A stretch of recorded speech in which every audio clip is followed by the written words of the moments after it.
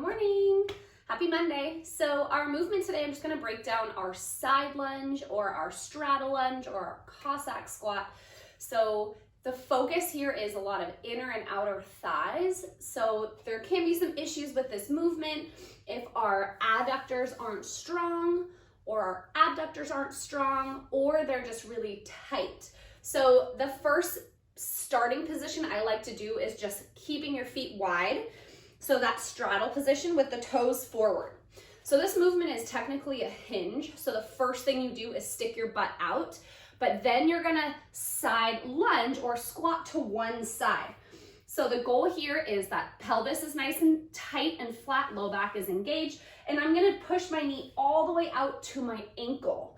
So if we're unable to push that knee out, we're either lacking strength and range of motion in the adductor or we're weak in our glutes or your feet are just too wide. So sometimes we're here, if your knee collapses in, you're not getting the idea of this movement.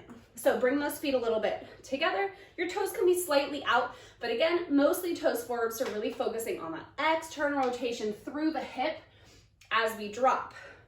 So your Cossack squat, you're actually gonna go all the way down. The goal is to get your butt down towards your heel, and you can either stand yourself up or you try to snake yourself to side. So again, my knee is pushed out. It's in the same direction as my toe. They're all the way outside of my ankles, and I'm really stable through that core. The second option is starting with your feet together, going down into that side lunge, and either pushing yourself off back and center, or you can even come up to a balancing position. That way you're really focusing on that push off, that outer thigh push off, and then a nice stretch through the adductors on the inner thighs. You could also do that same position and try to drop yourself down. And it is fine if you swivel onto that heel with that toe up, because the goal again is to always keep the weight in your heels and not your toes. So trying to avoid that forward position, that's where that hinge comes into play. So I would start with the straddle position, going as low as you can, really focusing on that knee drive out, getting lower, and then you can alternate that with feet together and step. One other thing that I want to talk about is how far we go down. So I'm gonna go from the side. So I'm gonna lunge and lunge and lunge.